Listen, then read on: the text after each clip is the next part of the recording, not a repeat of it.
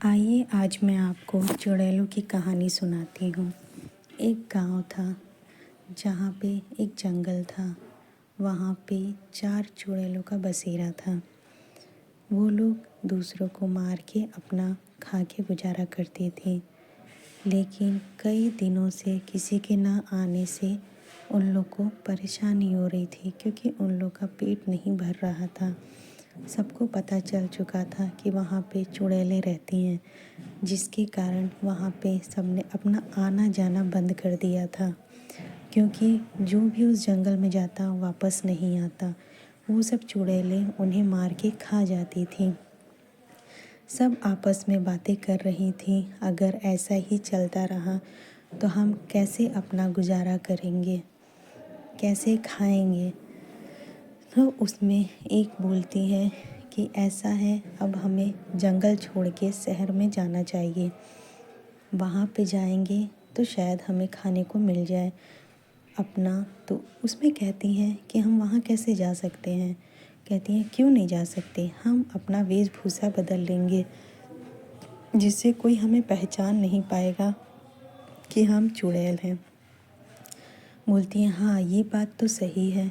इसलिए वो लोग अपना भेष बदलने के लिए सोचती हैं कौन क्या बनेगा।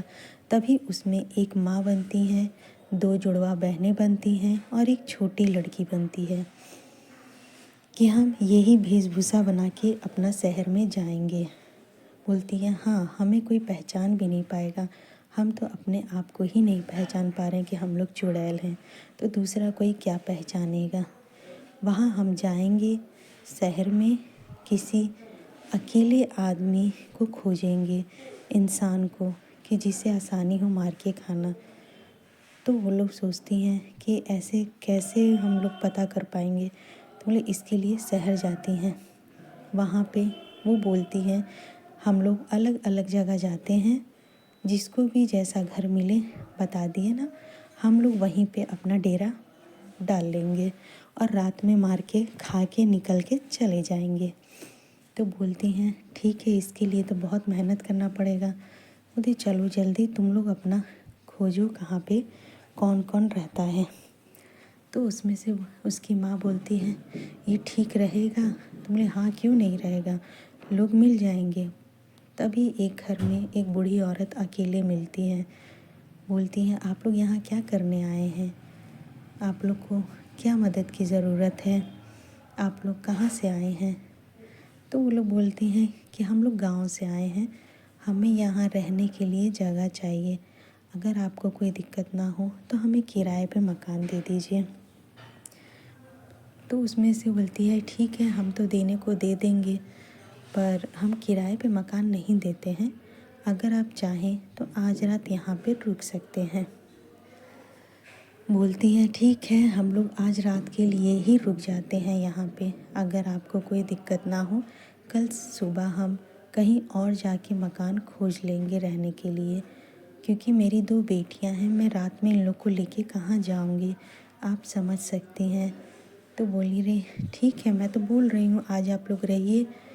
इसी पे बात करते करते वो लोग एक दूसरे को सोचती हैं कि अब क्या किया जाए, इस बूढ़ी औरत को खाया जाए कि ना खाया जाए। ये तो बहुत सीधी लग रही है, मेरा तो मन नहीं कर रहा है इसको मार के खाने का। वो लोग मन ही मन सोच ही रही थी कि बूढ़ी औरत बोलती है ठीक है, आइए मैं आप लोग को घर दिखा देती हूँ जहाँ रहना है। तो वो लोग बोलती हैं ठीक है, आप चलिए हम लोग आते हैं। तो बोलती नहीं चलिए साथ में। तब तक तीनों लोग अपना रूप बदल देती हैं उसको खाने के लिए। बहुत तेज़ उन लोग को भूख लगी रहती है। ये देखकर वो चौंक जाती है और भागने लगती है।